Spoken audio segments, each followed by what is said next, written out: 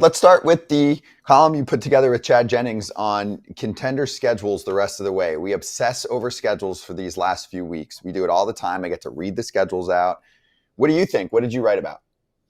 Yeah, this is an exercise we started last year where I find as a fan growing up, like you're very aware of your team's schedule and it matters deeply to you when you get into the stretch run. And yet it's pretty hard to keep track of what everybody's schedule is. And so we tried to limit it to the teams that have a realistic shot at the postseason. And this was looking at the next 2 weeks. We'll do it again in 2 more weeks and have the last 2 weeks of the regular season. And sort of a bite-sized way to look ahead and say, okay, we're trailing this team by 2 games in the standings. But our schedule looks a lot easier coming up. Let's take advantage of this stretch, and then maybe they'll have a hard time moving forward. It's a good way to see that, okay, the Padres have a super easy schedule the rest of the way. The Dodgers have an easy schedule. The Yankees are going to go through it right now, and then it gets easy after that. The Tigers have a little bit of a couple tough series of the Mets and Yankees coming up. So I find it as a fun way to, in sort of the dog days of August and September, look ahead a little bit and consider what we have coming up next. Okay, so then I'll ask, can anybody outside the playoffs use their schedule to their advantage to make a run and get in? The Rangers, the Royals, the Royals, or someone having a tough schedule, like maybe the Mariners having a tough schedule, or the Mets having a tough schedule to make a run and get back into this thing. Yeah, the playoff picture, unfortunately, is like pretty sewn up at this point. I think the Rangers have a shot, and that's probably it. I don't think the Guardians, I don't think the Royals are probably gonna make the run. The Mariners are certainly susceptible, and so if we look at who they have coming up, do this live, they got a tough road, right? The Rays, Braves, Cardinals, Angels. I'm sorry, they have a good road. It's to the wrong color here. The Mariners have a very friendly schedule the next 2 weeks, and one of the more friendly schedules the rest of the way. And if you look at the Rangers, they have Diamondbacks, Astros, good team, Brewers, really good team, Mets, good team. And so that's a much tougher next 2 weeks. I think we're seeing the 12 teams that are going to get in at this point. The National League, not really a contest. I think the closest team is the Reds, and they're maybe 4 back of the Mets at this point. So I think we have our playoff field essentially set, but we've been fooled before, even last year with the way the Mets and Tigers closed things out. Thanks. Because Scott thinks the White Sox are getting in this year because they have an easy schedule. So thanks for – because I asked this question earlier on Twitter. So Scott said the White Sox were in, possibly because their schedule lightens up. So I don't know. I thank you, Stephen. With Banana Ball, they're in. Huh? Banana Ball has this rule where you can win 89 games in one game, and you're in. Don't say that because Banana Ball is legit. Banana Ball is legit. All right, I'm going to switch topics here a little bit. You, as a left-handed hitter, you talked about Roman Anthony and how they let him hit off lefties, except for the first game of his career where they pinch hit for him against the lefty. Since then, they've let him hit. He's learned. He's doing better. I know his numbers aren't as great. Listen, no lefty is ever going to hit as good against lefties as they do against righties. Now, there might be a guy. Okay, I know. Overall, okay, just because you don't see him as much, it's a tougher matchup, all that stuff, right? But what have the Red Sox learned by letting him do this? And why aren't other teams doing this? Like the Orioles, with Jackson Holiday, they were like, I can't hit lefties, right? And then all these other teams like, automatically it's like platoon. So what are the Red Sox showing the rest of the league? Yeah, I think this is a very unfortunate trend since I started covering baseball in 2014, 2015, is the prevalence of the platoon. No one likes to see it. The players certainly don't like to see it. They fear it when they come up. They don't want to turn into a platoon guy. And especially left-handed hitters are so susceptible to getting pulled out. Even if the manager calls it a rest day, it's effectively the same thing. You're shielding him from a left-handed pitcher, often the very best ones in the league. And you're hoping that one of these guys that's a right-hander who just excels against opposite-handed pitching, like, your Rob Refsnyder's, your Miguel Andujar's can come in off the bench and spell that lefty. And I think it's extremely unfortunate. I think you guys would have something to say about this as well. But I understand what the numbers say. I also understand, having just written about this, how good left-handed pitching is right now. This is the best we've seen it compared to right-handed pitching. The lefty ERA across the league is 3.8. The righty ERA is 4.31. It's not particularly close right now. This is the largest gulf we've ever seen in the ERA era, which is going back to 1913 when it became an official stat. And so lefty pitching is so good right now. And left on left is as hard as ever been. But the other thing we wrote about in that story a couple weeks back is right on left ain't good either. The platoon split is basically vanished for right-handed hitters. Alex Bregman had good thoughts on that. They're getting pitched differently. Guys have more pitches. They're throwing harder from the left side. They're willing to go to different areas, come inside on the right-handed hitter. So listen, if there's ever a time you're going to give left-handed batters a chance to actually face both hands, I think it's right now. Let them show they can do something, because if you are not going to let them face that lefty the one time you face a lefty, this week, a left-handed starter, good luck when you get to the postseason and need Roman Anthony to face, Tanner Scott or one of these Yankees left-handed starters. You need these guys to have experience facing top-level left-handed. They are not facing them on the minors. And so that was what this story came out of, was a conversation I had with Roman Anthony, who I thought was so smart on this topic, so thoughtful on it, where he said, in the minors, my breakout year in 2023, he won Red Sox minor league hitter of the year. And yet he did it batting, I think, like 215 or so against lefties. And he's like, my numbers hit it. They obscured the fact that I couldn't hit lefties. And so I spent that whole offseason facing lefty pro hitters down in South Florida, where he's from, facing, every sort of angled pitching machine, the trajectory, everything that was at his disposal. He went after it to try to get better against lefties, because he hadn't faced, like any of us, he didn't face any as a kid, and has been great against lefties ever since. And so when he came up, the Red Sox were thinking they would probably use him part-time against lefties. And he had some awful starts, right? He struck up 4 times against Christopher Sanchez in a complete game for the Phillies lefty. But then they gave him another chance against Framber Valdez and some of these other lefties from Chicago and the Cubs and some other teams like that. And he's paid it off. He paid off that opportunity where he's got a 900 OPS against righties. He's crushing righties. It's the reason he is in just part of a season is in the Rookie of the Year conversation. But he's also more than holding his own against lefties. He's got like a 120 OPS plus. This guy can hit. He can hit for average, certainly. And he's showing a little bit of power, too, against lefties. The one thing that stands out there is velocity is not a problem, but his eye just seems to be more naturally geared toward facing right-handed pitching, where his walk-to-strikeout ratio is much, much worse. He's striking a lot against lefties. But listen, I'd rather him go through these bumps as a 21-year-old and throughout the course of his career not be getting platooned than just assume at 21 years old, I'll just platoon him now and hopefully he figures it out down the road. No, let him figure it out now. If you can't do it in October, okay. You make a call then. But in August and September, give the kid a chance. But obviously, Roman Anthony is an elite prospect. Are we going to, even based on all the numbers that you just said, are we going to go away from this because the game – are we going to continue to get even worse platoon splits here because of how cheap teams are?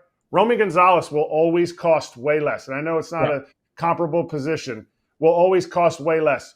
Rob Refsnyder will always cost way less. Just on the Red Sox team, both those guys have a higher success, higher OPS against lefties. So because teams are going for the cheap, we're going to go and get somebody cheap, and we're just not going to need to play those guys against lefties. Or does there have to be almost like a whole MLB shift for this to change? I think there's got to be a larger shift than certainly just Roman Anthony figuring things out, right? Like, look at all the top prospects we get, like a Jackson Holliday to the majors, and they just don't hit the way you thought they were going to, the way they projected to, given their hit tool and all the production they had in the minors and their prospect status. It is so much easier to say, hey, Andujar's out there. We can pay $500,000 to take on the rest of his contract, and we have a guy we feel comfortable in a corner outfield spot or first base or DH, and he can hit lefties. So I think there are enough of those guys out there that we will continue to see this platooning happen. I am not at all forecasting the end of platooning. I'm saying in maybe smaller samples, the truly great left-handed hitters, we're seeing it, a sort of pivot point, I think, in the game where maybe we've gone a little bit too far with how unwilling we are to let them go through hard times against lefties. And there needs to be a moment where you say, okay, we're going to take a month here. We're going to let him face every lefty we get thrown in there. We'll rest him some other day. And we'll accept the numbers probably are not in our favor, but in the long term, we need a Roman Anthony or a Jackson Holliday to be able to hit left-handed pitching. And so, we can platoon part of our lineup. He's not in that part anymore. We are going to have him be an everyday regular, a left or right-handed pitching starter. And so I would hope we are headed in that direction, where at least we're a little more opportunistic with who gets platooned, rather than just sort of naturally assuming, hey, everybody on the bench, all the righties on the bench, we're going to shuffle you into the lineup, just because that's that's what you do against a left-handed pitcher. FT fam, designer clothes can be expensive, but we want our clothes to look good. We want to feel good. We want them to be affordable. And Kratz, if you tell me that I can wear a t-shirt that looks like it's tailored, but it's not actually tailored and it just comes that way, then sign me up for True Classic. Have to. You got to sign up for it because these shirts are soft, they're thin, they're durable, and they're very versatile. You can wear them to the gym. You can wear them out to a nice dinner. Let's get after it because these shirts are the real deal. They are. Check it out. I've got one of the performance ones. It's a nice blue, fits well. I can go to the gym. I can go out. I can do FT in a shirt like this. FT fam, there's a reason why True Classic has sold over 25 million shirts to more than 5 million customers, and they are racking up over 200,000 5-star reviews. See for yourself with our exclusive link at trueclassic.com/foul to save. That's trueclassic.com/FOUL. AJ hates power rankings, so I want you to give your power rankings for the 6 expansion cities and the realignment of how those cities could affect realignment in Major League Baseball. Okay, I'll go with the 6 that I just named. Is that okay? In my recent story? Okay. So the 6 that I had in the East, Orlando, Raleigh, Nashville, and in the West, I had, thank you, it's easier. West, I had Salt Lake City, Portland, and Austin. And so if I'm power ranking them, I'm thinking it's going to be one from the East, one from the West, but I'll just do it all as one. Austin, I think, is last on my tier, mostly because they don't have sort of a terribly organized effort. They're starting it, but it's sort of it's a couple entrepreneurs who are starting the effort. It's not like it's a huge corporation. It's not like it's in Salt Lake City where they have all the money that they're like, hey, we're starting the effort. No, it's a couple like guys with a dream. And so Austin, sure, it has a lot of things in its favor, but not the organization so far. Orlando, I don't think baseball is crazy about another team in Orlando. They could get relocated, I suppose, if the Rays end up as they get sold, deciding they don't want to get that ballpark or can't get that ballpark in Tampa or St. Pete. So I put them there. So I have left Nashville, Raleigh, Salt Lake City, and Portland. Ooh, it's close for all those. So I actually rated them separately because it doesn't make sense to do them together. I think Portland is less likely than Salt Lake City. Salt Lake City has every piece, as I wrote in that piece. Like it's as turnkey as you're going to get for an expansion franchise. They have a stadium site that's already shovel ready or getting very, very close to it. They have all the money in the Miller family that's willing to bankroll this. They have bipartisan support. Everyone locally, or so many people in local politics and state politics over there in Utah want this to happen. That's really big part of this that doesn't get talked about as much. They have public funding for half the ballpark or so. Portland, I think, is close behind. I think they just don't quite have all of those things. They don't have the keystone investor there. And so I think Major League Baseball would work both places. But I think Salt Lake City has to be considered the front runner at this point. And in the East, I think that was maybe what surprised people most from the reporting I did, was that Raleigh seems to be a much more realistic option than they believed. And as I wrote, the reason they're realistic is they have the money lined up. Tom Dundon, who owns the Carolina Hurricanes and also just was part of a group that's buying the Portland Trailblazers right now. He wants to make it happen and bring baseball to North Carolina. There is also support in local politics. And so in some of the ways that Nashville has not been so public, baseball players would love to have it in Nashville. Generally, that's the city that wins running away when we ask players in our various polls about where they would like to see an expansion franchise. Nashville is it, but they don't have the money quite yet. They don't have public funding quite yet. They don't have a stadium site quite yet. So that all can still come together before baseball goes public and asks for bids to come in. But at this very stage, I would pick Nashville because I think there's still a lot of momentum there, but they have a lot to figure out, which makes Raleigh a pretty intriguing number 2 option in the same way that Portland's pretty intriguing behind Salt Lake City. Stephen, before that, you wrote about your realignment plan, and I know it's been a minute now that this has been a topic of conversation, but it has been a hot topic of conversation. So instead of asking you for your whole plan, which we went over in a segment on our show, how was it received? What kind of feedback did you get? And if you could go back and rewrite anything, would you? No, I wouldn't change anything, and not because I'm unwilling to do it. I just think it really worked. It really made the map make more sense, and the feedback was overwhelmingly positive. So Ken Rosenthal was texting me that day with just texts he was getting from people around the league that said, like, hey, can we get your guys' plan to be the plan? Which is, I'm not taking that much credit because Jason Stark literally wrote this exact same 32-team alignment in 2018. I didn't realize it till after I finished mine. So it's not like I'm the first one to say any of this, but it's well received because I took the NFL model. When they realigned in 2002, they brought in the Houston Texans. They were able to realign in a way where, a handful of teams got pulled into the new South divisions. But other than that, they just didn't really rock the boat that much. You didn't cause that many ripples and waves. One team here changed conferences, a team here changed divisions, but really it was like, how do we take the existing structure, take out those teams that are going to head to the South divisions, and try to make the map just like more common sense. And there are some things that happen that don't make sense. The Indianapolis Colts are in the South and the Miami Dolphins are not.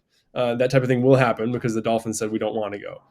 So baseball could have that very thing happen as well. But right now I said, what's the easiest way we can put the map together and try to limit how many teams we have crossing the leagues. And you come away with an option like, okay, that cluster of teams is together. We're keeping almost everybody in the same leagues. I was switching just the Rays and the Rockies, switching leagues. And I think people realize seeing that, like, oh, realignment doesn't have to be earth shattering. It doesn't have to completely turn over what I thought the leagues looked like. I don't have to sort of learn all that much new stuff. Where the alternative, as I'm sure you talked about the other day, the alternative is you rip up the American National League and you say, we're just going geographically. We're like the NBA. We want the 4 or 5 teams closest to each other to be in the same division, or the 8 teams close to each other to be in the same division. And you just split basically at the Mississippi. I personally don't think that's the way they're going to go, because the American National Leagues are so established and there's so much history there. Baseball loves its history. It's sacred in so many ways that would the owners really vote just to, the example that the commissioner gave when he was in the Little League Classic, it was like, oh, that 10 p.m. game in the playoffs, we get like West Coast team and an East Coast team and nobody's happy. It's like, would you really blow up the American National Leagues because of that 10 p.m. game? I don't know exactly how much money is in that one, but that would surprise me if that was the number one motivating factor. And so I think they keep the American National Leagues, and that was my proposal, was to do that and make as few changes as possible. And I think it really works.